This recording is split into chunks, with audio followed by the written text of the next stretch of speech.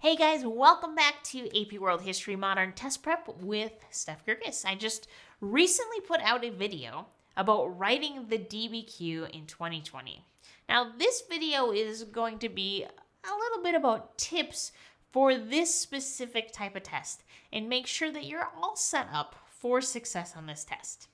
So, here are my top 10 tips to get you ready for the DBQ. Test tip number 1.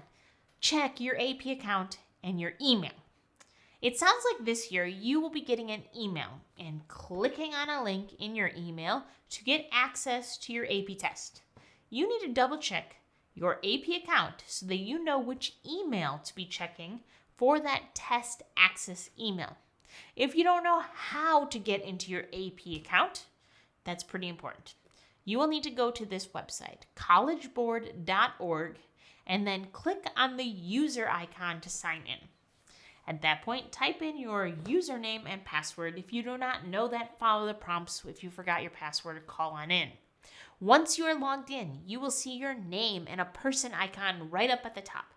Click on that again, and then you will see another box that pops open with an account setting little gear that pops up at the bottom. Click on that and scroll down, and it will show you what your email is that is listed. That is the email that the link will come to.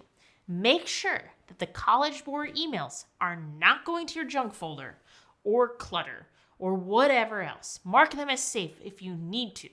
If you're using a district-issued device like a Chromebook that only lets you get into your school email on it, I would change your AP account to your school email at least for this summer so you can receive access to the email on your district-issued device. Otherwise, you're going to have a slight problem getting in.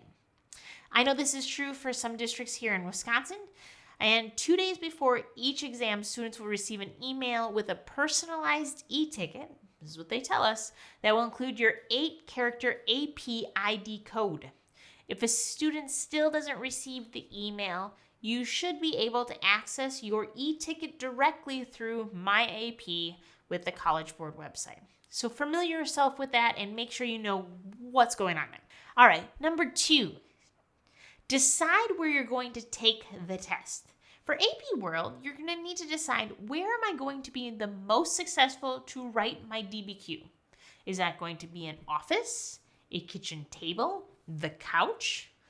I would maybe host a family meeting with the people, whoever you live with, to let them know that at this specific time that you cannot be disturbed for 1 full hour because you are taking a very, very important test. This is on you this year, unlike normally how there is a test proctor who will be making sure the room is quiet and will make sure no one is cheating and getting your space all set up and telling you where to go. Well, perhaps peace and quiet doesn't describe your house. This is true of my house because I have this cutie guy running around all the time, 2-year-old. Think through where you would want to take the test for it to be conducive. Perhaps you need to sit in your car and use your school's Wi-Fi for some peace and quiet. I'm not sure, but talk to the people that you live with and decide what's going to work best for you. I would practice this in advance as you go through a practice test or just try to do this in this space. Be familiar with it. Number 3, decide how you will complete your AP test. You're saying that sounds a lot like number 2, but there's a few key details to think over. The College Board is giving you the option to type your responses, or you can handwrite your responses on paper. Take a picture of it with your phone and then upload it. Now, this is your choice. Some of you can type way faster than you could write. Plus, typing is significantly more legible. Typing will allow you to cut and paste and rearrange your essay very easily. It will also allow you to edit your thesis or add new ideas later on without having to draw lines and write in the margins like you would if it was a handwritten test. For some of you, you are kind of a 2-finger typer and are very slow at typing. So, handwriting might be your best option. Here is the slight catch with handwriting. You most likely will want to take the test on a device that you can easily take a picture of what you wrote, which seems more likely to be a phone or a tablet compared to a computer. While it is possible to take something that you wrote and use the camera to try to take a picture, a lot of times it's blurry if you don't practice how to do this. And you want to make sure that people can read what you wrote. Think about lighting and you're not in a dark space, because if they can't read your picture, they can't grade your essay. Number 4, choose your device. We were just talking about this. Wherever you open up the AP test is where you'll need to submit it. Rumor has it that you could have it open on 2 devices, but wherever it's opened first is the one you need to submit it on. So if I opened the email on my phone and I see the test prompt, but then I want to type it, it's going to be slightly tricky because I need to submit it on this device, even though I wrote it on this one. If you open up your email on your computer, but then want to handwrite it, you will need to then take a picture either with your phone and send it to your computer or vice versa. Now, they're going to give you a simulated exam experience the week of May 4th that you can take.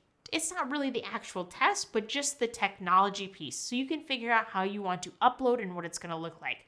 Look for more from the College Board about this so you feel comfortable with your device choices for tip number 4. Tip number 5 is synthesize your notes. This year is unique in that it's open notes and open book. And instead, you're going to actually have to apply what you know, and it's more of a skill-based test. But your content is still very, very important for you to be good at this skill. And knowing this, you can get prepared. Now, you don't have time to be Googling answers and looking up and paging through notes on test day. It's just not going to work. I would take the time to summarize your notes into big ideas with keywords that can kind of jumpstart your thinking because you've studied and you know those other things, what they mean. In college, we called this shrinking notes, where we took lots of information and shrunk it down. On the AP World prep videos that I provided a Google Doc for each of the 6 units. I would have those filled out from the videos and have them ready in your decided upon space to refer to if you need them. Ideally, you wouldn't even look at them at all. But this perhaps could help you think of something maybe when you're looking for contextualization or outside evidence, or just get your brain going when maybe you're feeling a little anxious for this AP history exam. All right, number 6, work smarter. Set some alarms. Okay, so double check when your exam time is and confirm the time for your time zone. I would put an alert in your calendar to get yourself set up, they said maybe 30 minutes prior. Secondly, I would preset an alarm for 5 or 10 minutes prior to when your test would need to be submitted. Let me give you an example. If, let's say, your test is at 1 p.m. and it is supposed to be 45 minutes long, I would set an alarm on my phone in advance at 1:35 p.m. to alert me that I have 10 minutes left in my essay. Since there are no proctors that normally would give you that 5-minute warning, this is really on you. And so you could set a 10-minute timer, and you could also set a 5-minute timer to tell you that that's how much time you have left. Now, you decide whatever times you want. Maybe you want one at the halfway point. But either way, use technology to your advantage this year. There will be a countdown on your screen, but let's be totally honest. Sometimes you get in the groove and you're writing and you don't look at the clock, and you don't realize how much time you have left. This will we've kind of dummy-proofed it to set it off so that you do know how much time is remaining. Number 7, use technology to your advantage with 2 windows. Now, depending on your advice, it may be helpful to use the Chrome extension tab resize to create 2 windows on your screen. One of those windows could be the AP test, and the other window could be where you want to write. Maybe it's a sheet you're pre-planning your DBQ on, or perhaps it is a Google Doc where you're writing some of your answers. Whatever it may be, you want to maybe have this both open on your screen at the same time. I kind of think it might be a good idea to write in a Google Doc because I know that it auto-saves. And just in case I hit refresh and I lose my whole essay, that really freaks me out just a little bit. So maybe use that second window to actually write and then copy and paste into the test. Now, without any extensions or other things, you could totally make 2 windows on your screen work this way, or you could easily switch back and forth. Whatever works for you. But I'm thinking of the AP History test and wanting for you to see the documents at all times, this could be helpful to use tab resize or have 2 windows open all the time on your screen. All right, tip number 8 is a big one. Study, study, study. There may be part of you that thinks just because that this is, a skills-based test, I can just mail it in and open it up on that day and do great. Well, since it is more skill-focused, it sends that false message that content doesn't matter. This, quite frankly, is just not true. The more you review the content of your course, the more connections you can make, and the better chances you can write an in-depth essay that will get you a passing AP score. You must study. For the AP History classes, yes, we are doing a DBQ, and the evidence is provided for you. However, you need to be able to understand the documents in a way, and studying will allow you to know more history where they make more sense.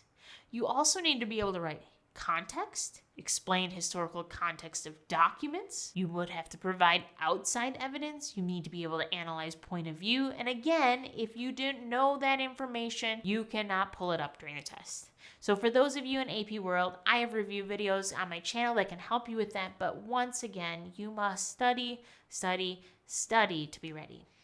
All right, number 9. Charge your device. This seems so overlooked, but how many times have you woken up, brought a device somewhere, and it's dead? Sometimes I've been guilty because I just plugged it into that silly outlet where the light switch wasn't clicked, and it wasn't doing anything all night. So, double check the night before that you have charged your device and you have a cord ready for backup in case your device is about to die. And number 10, take a deep breath and do your best. If you are like me, you will open up the test and you're going to look at the task and think, I know nothing about that. And then you start freaking out and anxiety starts to rise. Your inner monologue starts to tell you that you're going to fail this test and you're never going to get into college and you're going to amount to nothing in life, etc., etc., etc. Wait, not everyone actually has an inner monologue, that voice that tells you those things? So weird. So either way, you need to stop those thoughts before they continue to snowball and paralyze you while you're taking your test. You don't have time for that in our short 45-minute test. You need to tell that voice to knock it off because you have work to do. And then get on. From there, all you need to do is answer the prompt. Read it and answer what it says. Take the time to slow down so you know what the question is and go from there. And that is when all your practice and your hard work will come together and you will do the best that you can do under the seriously strange history that we are all walking through in this very moment. At the end of the day, it's just a test, and it's only going to test what you know for that short 45 minutes of time. I hope these tips are helpful for you and you are getting ready for that AP test of yours. Feel free to check out my other videos about AP World History. Below, we have a whole playlist that have come out this year with the review videos that you need to know. Good luck, and we will see you next time.